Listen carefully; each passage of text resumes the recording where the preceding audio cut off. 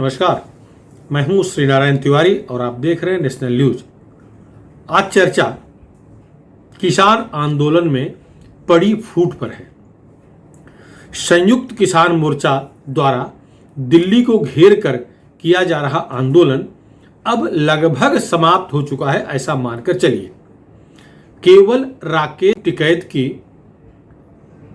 मंद बुद्धि, जड़ बुद्धि, विवेकहीन बुद्धि के कारण ही यह आंदोलन अभी तक वहां जिंदा दिख रहा है, वरना आंदोलन की आत्मा तो निकल चुकी है। अब वो लाश है, इसके अलावा कुछ नहीं है। जिस 3 कृषि कानूनों को वापस करने की मांग को लेकर के यह आंदोलन शुरू हुआ था, वह कानून वापस हो चुका है। प्रधानमंत्री नरेंद्र मोदी ने पहले ही घोषित कर दिया था कि कानून वापस ले रहे हैं।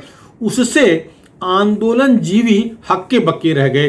खास तौर से जो विदेशी फंडिंग से, पार्टियों के द्वारा लिए गए धन से आंदोलन चला रहे थे, अपनी जीविका चला रहे थे, अपने लोगों का पेट पाल रहे थे, वो हक्के बक्के रह गए।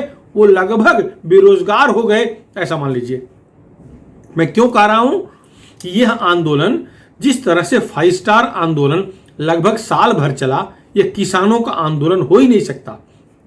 किसान बेचारे धान बेचकर, गेहूं बेच करके अपना कपड़ा लत्ता लें, खेती काम करें, औजार खरीदें कि आकर के साल भर 5 स्टार सुविधाओं का प्रबंध करें। किसानों का काम ये नहीं, किसानों को बस का भी नहीं है।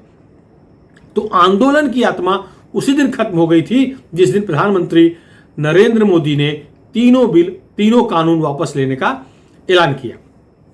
लेकिन राकेश टिकैत व उनकी गैंग, गिरोह अपने स्वार्थ के लिए, राजनीतिक लाभ के लिए, जिन राजनीतिक दलों से फंडिंग पा रहे हैं, उनको बताने के लिए ये आंदोलन टूटने नहीं दिए। लेकिन अब स्थिति एकदम उल्टी हो गई है। जैसे ही सोमवार को लोकसभा और राज्यसभा में तीनों कानूनों को वापस लेने वाला प्रस्ताव पारित हुआ, राष्ट्रपति के यहां हस्ताक्षर के लिए चला गया, उसी समय असली किसान जो आंदोलन में थे, जो थोड़े बहुत थे, वो आंदोलन खत्म करने का ऐलान करने जा रहे थे। सोमवार को, जैसा कि प्रधानमंत्री ने वायदा किया था, सदन के पहले दिन, शीतकालीन सत्र शुरू होने के पहले दिन ही वो तीनों कानून वापसी का प्रस्ताव लाएंगे और वापस कर देंगे, वापस ले लेंगे। उन्होंने वचन का पालन किया। हुआ इसके तुरंत बाद जो 42 किसान संगठन हैं, उनके प्रतिनिधियों को सरकार ने चर्चा के लिए बुलाया था। उन सब किसानों से, उन किसान नेताओं से सरकार वो सारे मुद्दे लिखित नोट करके ली है और क्या मार्ग निकालना है, जो मैक्सिमम मार्ग निकल सकता है, उसका सरकार ने आश्वासन दिया। इससे संगठन के अधिकांश नेता संतुष्ट थे, खुश थे। जब सदन से प्रस्ताव आया, तीनों कानून समाप्त होने का प्रस्ताव पारित हो गया, अर्थात कानून समाप्त हो गया। इसके तुरंत बाद 32 जत्थेबंदियों ने, पंजाब के 32 जत्थेदारों के समूह ने, जत्थेबंदियों ने आपातकालीन बैठक सोमवार को बुलाई। बैठक में तय हुआ कि जब उनकी मुख्य मांग सरकार ने मान ली है और उनकी सारी मांगों पर सरकार विचार करने के लिए आश्वासन दे रही है, तो आंदोलन चलाने का कोई औचित्य नहीं है। उन लोगों ने फैसला किया कि तत्काल सोमवार की शाम को प्रेस कॉन्फ्रेंस बुला करके आंदोलन समाप्त करने की घोषणा कर देंगे। सोमवार का मामला है। लेकिन तब तक राकेश टिकैत एंड गिरोह पहुंच गई सिंधु बॉर्डर पर और उन्हें यह समझाने की कोशिश की कि यदि वो इस तरह से ऐलान करेंगे तो किसानों की फूट खुलकर बाहर आ जाएगी। फूट तो पड़ चुकी है। 32 जत्थेबंदियों का मानना है, 32 किसान संगठनों का मानना है, जो पंजाब मूल के हैं, हरियाणा मूल के हैं, जो सिख हैं, सरदार जी हैं, उनका मानना है किसान आंदोलन तत्काल समाप्त कर देना चाहिए। जैसे ही संसद में पारित हुआ, उसी क्षण समाप्त करने की घोषणा करना चाहिए और सबको अपने अपने घर लौट जाना चाहिए था। लेकिन टिकैत ने अपनी लाज बचाने के लिए, टिकैत को रोना धोना आता है ना, तो रो धो करके टिकैत ने मना लिया कि चलो, टिकैत चाह रहे थे कि 4 दिसंबर को संयुक्त किसान मोर्चा की बैठक बुलाई जाएगी उसमें फैसला होगा कि आंदोलन आगे बढ़ाया जाए या समाप्त कर दिया जाए। जब सोमवार को सदन में, दोनों सदनों में कानून वापसी का प्रस्ताव पारित हो गया, 32 जत्थेबंदियों ने मीटिंग लेकर के तुरंत वापसी घर लौटने का ऐलान करने का मन बना लिया। तब राकेश टिकैत के लोग रोग आकर के उन्हें मनाए, एक आध दो दिन और रुक जाए, अभी घोषणा मत करें। इससे खैर वो मान गए। फिर वो 4 तारीख जो उन्होंने तय किया था कि संयुक्त किसान मोर्चा का बैठक बुलाने का, वो कम करके 1 दिसंबर को वह मोर्चा बैठक आयोजित कर दी गई है। 1 दिसंबर को बुधवार को बैठक होगी, जिसमें यह फैसला होगा कि किस रूप में किसान वापस लौटेंगे। राकेश टिकैत रोना धोना तो जानते हैं। वो सिंधु बॉर्डर जब पहुंचे हैं सोमवार को, तो उन्होंने कहा कि एमएसपी लागू कर, जब तक एमएसपी गारंटी कानून न बने तब तक वापस नहीं जाना चाहिए किसानों को। दूसरा उनकी जो उनका मांग था, मुकदमा जो दायर हो गया है आंदोलनकारियों पर, सरकार वापस ले ले। तीसरा, लखीमपुर खीरी में जो हत्या करते हुए देखे जा रहे हैं उन पर मुकदमा, हत्या का मुकदमा दायर हुआ है, वापस हो जाए। चौथा, जो मरे हुए किसान हैं उनको मुआवजा मिले। ये सारे मुद्दे जब 32 जत्थेबंदियों को समझाने की कोशिश किया तो उन्होंने स्पष्ट रूप से इनकार कर दिया। उन्होंने कहा कि जो कानून है, जो हत्याएं हैं, जो अपराध हैं, उनसे निपटने के लिए जो संविधान प्रदत्त कानून है उनके तहत ही निपटा जाएगा, वो वापस करने के लिए दबाव नहीं बनाएंगे। उन्होंने कहा, उन सारे जत्थेबंदियों की राय थी कि सरकार, उनकी मांग, मुख्य मांग उनकी थी, खासतौर से पंजाब और हरियाणा किसानों की जो मुख्य मांग थी, वो तीनों किसान कानून बने थे वापस हों, कृषि कानून वापस हों, और पराली जलाने पर जो आपराधिक मामले दर्ज करने का आदेश हुआ था, ऑर्डर निकला था, वो वापस हो जाए। तो सरकार ने दोनों बातें मान ली। सिखों की, दो सिख संगठनों की दोनों बातें सरकार ने मान ली। एक तो कानून वापस ले लिया, दूसरा पराली पर आपराधिक मामला दर्ज करने पर विचार करने, अर्थात उस पर भी रोक लगाने का फैसला किया है। तो उनकी जो मुख्य मांगे थी वो मान ली गई हैं। एमएसपी पर पंजाब और हरियाणा किसान कभी झगड़ा करते दिखे ही नहीं, उनकी कभी मांग थी ही नहीं, क्योंकि उन्हें पता है एमएसपी पर जितनी खरीद फरोख्त पूरे देश से होती है उसका 90% हिस्सा केवल पंजाब और हरियाणा पर जाता है। सारा जो 22-23 जीन्स, अनाज खरीदे जाते हैं, खाद्यान्न खरीदे जाते हैं एमएसपी पर, उन पर जो राशि खर्च होती है उसका 90% राशि केवल पंजाब और हरियाणा पर जाती है। यदि एमएसपी कानून को लेकर के अगर कुछ अड़ियल रवैया अपनाया गया तो सरकार राज्यों के हिसाब से निर्धारण कर देगी, तो पंजाब हरियाणा का नुकसान हो जाएगा। अभी सारा का सारा पैसा वही ले रहे हैं, इसलिए उनका एमएसपी कोई मुद्दा ही नहीं था। एमएसपी मुद्दा तो राकेश टिकैत आंदोलन को जिंदा रखने के लिए, अपने आकाओं को खुश करने के लिए घुसेड़ रहा है, घुसेड़ दिया है। पर इन किसान आंदोलन की मांग क्या थी? केवल और केवल तीनों कृषि कानून वापस हो। पराली का मुद्दा भी बाद में जोड़ा गया, खैर सरकार ने वो भी मान लिया। सरकार ये मान के चल रही किसान हमारे हैं, अपने हैं, अगर इनको लग रहा है कि इन कानून से नुकसान हो रहा है तो वापस ले लिया जाए। सरकार एकदम विनम्र होकर के नम्रतापूर्वक तीनों कानून को वापस लिया। पराली जलाने पर आपराधिक मामला दर्ज करने का आदेश हुआ था, वो भी सुप्रीम कोर्ट के तहत हुआ था, उस पर भी विनम्र बन के एक तरह से उसे भी स्थगित कर दिया है, एक्शन लेने से मना कर दिया है। अब आई बात कि किसान आंदोलन जो असली कर रहे थे, असली आंदोलनकारी थे, वो घर जाने के मूड में हो गए। अब याद करिए, किसान आंदोलन की शुरुआत कहाँ से हुई है? पंजाब से हुई है। पंजाब के ही जत्थेबंदियों ने किसान आंदोलन की शुरुआत की। इसके बाद हरियाणा को अपील किया, हरियाणा शामिल हो गया। इनके पीछे उस समय के मुख्यमंत्री, कांग्रेसी मुख्यमंत्री कैप्टन अमरिंदर सिंह थे। इनकी फंडिंग भी अमरिंदर सिंह कर रहे थे, और इन अमरिंदर सिंह के कहने पर ये लोग पंजाब के आंदोलन को दिल्ली बॉर्डर पर ला दिया, और उन्हीं की अपील पर हरियाणा के भी किसान, हरियाणा के भी सरदार, हरियाणा के भी सिख किसान आकर के बॉर्डर बैठ गए। और जो निहंग थे वो भी आए थे, उसके पीछे भी बताते हैं कैप्टन अमरिंदर सिंह का ही दिमाग था। निहंग एक तरह से उनके सैनिक है। ठीक है, तो हत्याकांड हुआ, निहंग शामिल है, पकड़े गए, जेल में जाएंगे, फांसी भी होगी, क्योंकि निहंग धार्मिक सैनिक हैं, संविधान ने उन्हें कोई अधिकार नहीं दिया है। अगर हत्या करेंगे तो हत्या का मामला चलेगा, अगर फांसी होनी तो फांसी होगी, प्रमाण मिले फांसी होगी, जो होगा अब इस बात को लोग समझ रहे हैं। पंजाब के किसानों को, सरदारों को, सिखों को लग रहा है कि एमएसपी कानून पर अधिक अड़ेंगे तो उनका ही नुकसान हो जाएगा, क्योंकि उनकी वो मांग नहीं थी। 65-66 से ये जो है एमएसपी कानून लागू है, खरीद हो रही है, सरकारी खरीद हो रही है। इस पर कभी कोई विवाद नहीं हुआ। सरकार निर्धारित करती है, कमेटी है, गेहूं चावल है, जब 22-23 जीन्स हैं सरकार खरीदती है, ठीक है। मैक्सिमम फायदा किसानों को होता है, यह मान के सरकार चल रही है कि जो कुछ दे रही है अपने किसानों को दे रही है, वो कोई नुकसान नहीं हो रहा है, किसान लाभान्वित हो रहे हैं। इससे सरकार न चाह करके भी, आवश्यकता न होने के बावजूद भी एमएसपी पर खरीद करती है। तो सिखों का कहना है, 32 जत्थेबंदियों का कहना है कि जब अब तक अबाधित रूप से जीन्स खरीदे गए हैं, खाद्यान्न खरीदे गए हैं, किसानों की फसल खरीदी गई है, तो अब इस पर कानून बनाने के लिए अड़ना कौन सा उचित काम है? क्यों अड़ा जाए? जैसे चल रहा है चलने दिया जाए। याद है 10 साल मनमोहन सिंह की सरकार थी, मनमोहन सिंह भी सिख थे, सरदार हैं, सिख हैं, सरदार हैं, तो उस समय इस पर आंदोलन नहीं हुआ। उनका एक तर्क है, देश की जनता उनसे खफा हो जाएगी।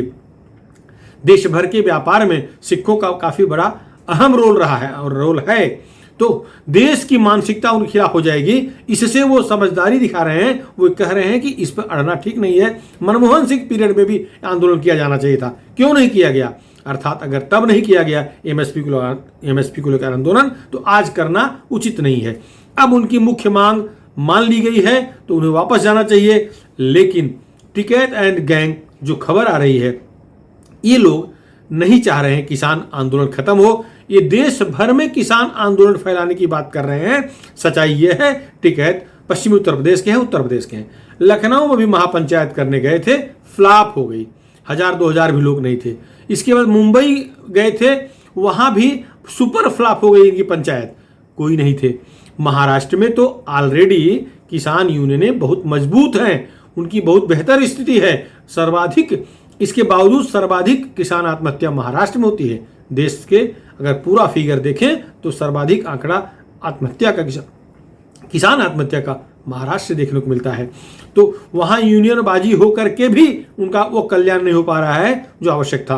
तो राकेश टिकैत बोलियां करियां खरियां बोलने वाला आदमी आ करके मराठी भाषी किसानों को क्या समझा पाएगा? जिसकी हिंदी, जिसकी बोली उसके जिले के लोग नहीं समझते, उसके प्रदेश के लोग नहीं समझते, तो मराठी भाषी किसान क्या समझेंगे? कोई नहीं आए, सुपर फ्लॉप हो गया।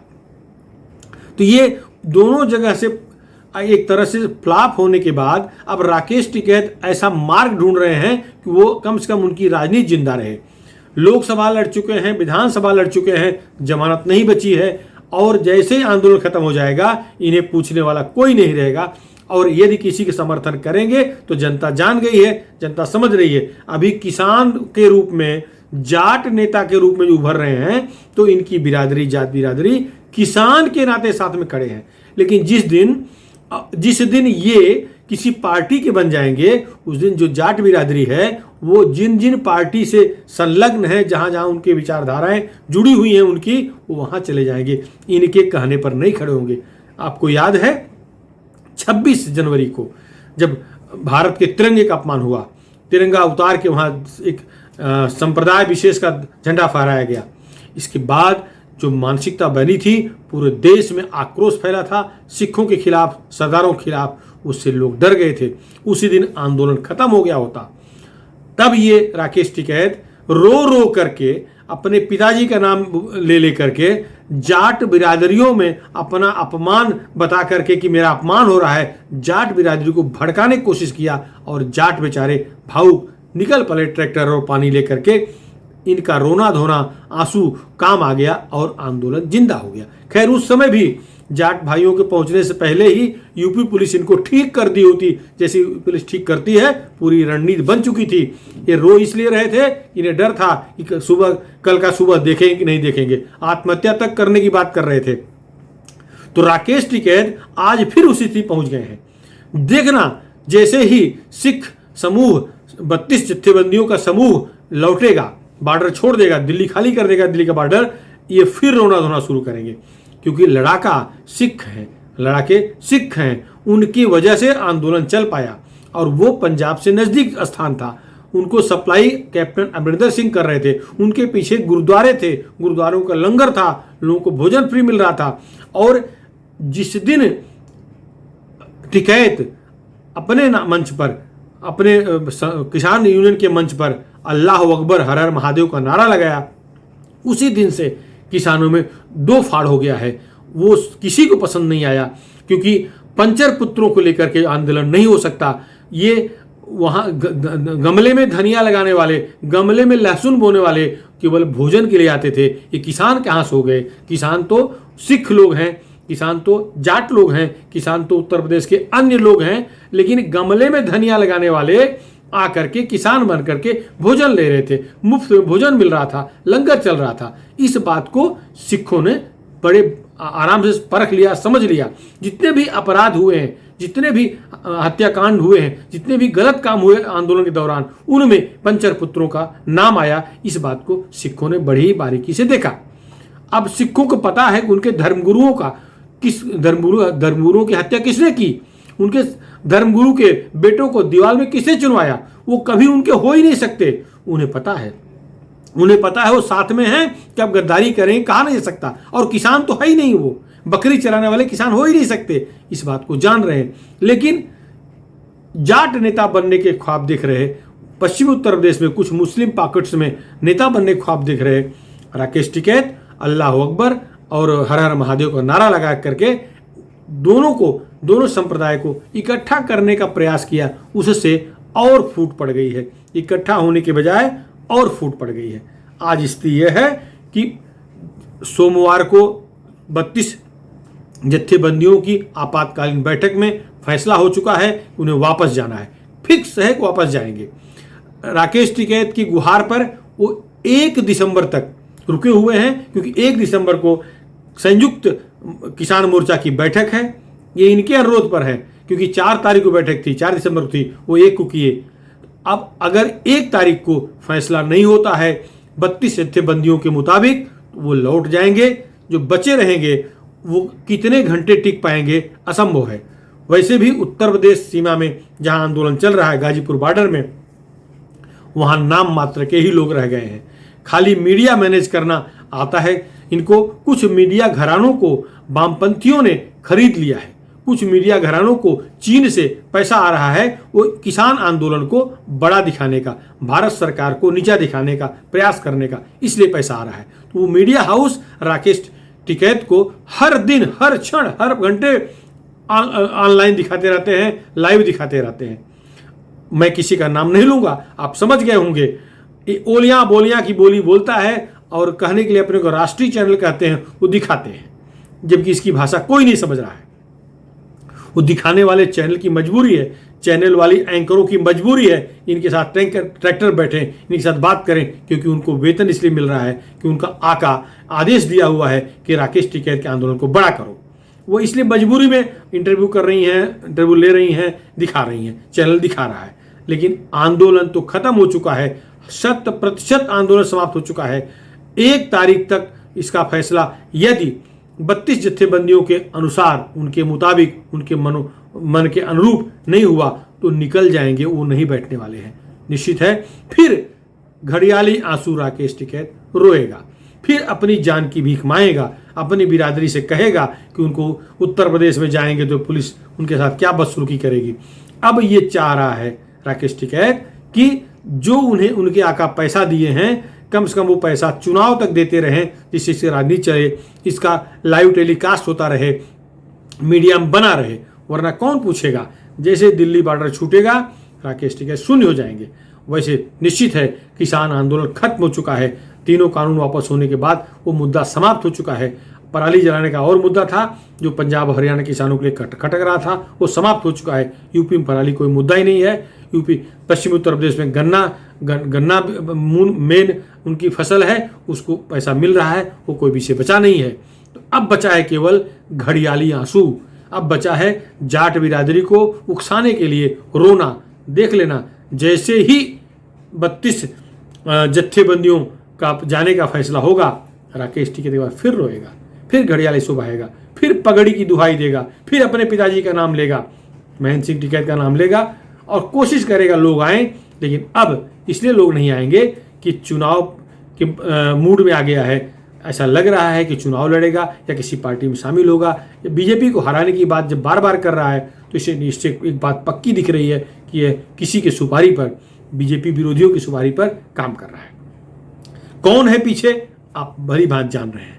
मैं अभी नाम लेने की मुझे इच्छा नहीं हो रही है, लेकिन निश्चित है इसके पैसा इसको कनाडा से, चीन से, यूएसए से, यूके से आ रहा है।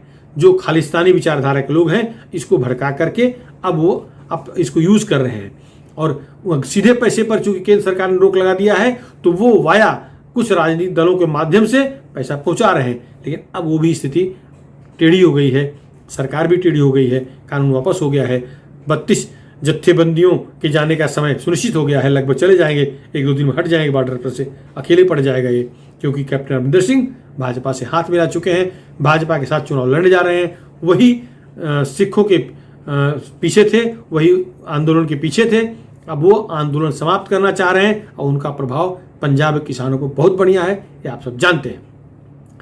एक चीज और आप देख लेना, 1-2 दिन में घड़ियाली आंसुरोता राकेश टिकैत फिर दिखेगा, फिर बिरादरी की दुहाई लगाएगा।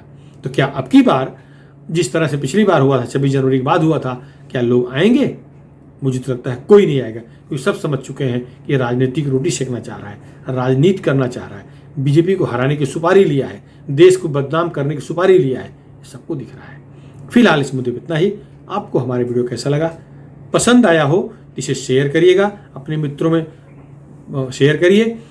और हाँ, यदि अभी तक आप हमारे चैनल नेशनल न्यूज चैनल को सब्सक्राइब न किए हों तो सब्सक्राइब जरूर कर लें, जिससे राष्ट्र हित से जुड़े जो भी मुद्दों पर वीडियो बनाऊं और पोस्ट करूं वो आपको तत्काल मिल जाए। धन्यवाद।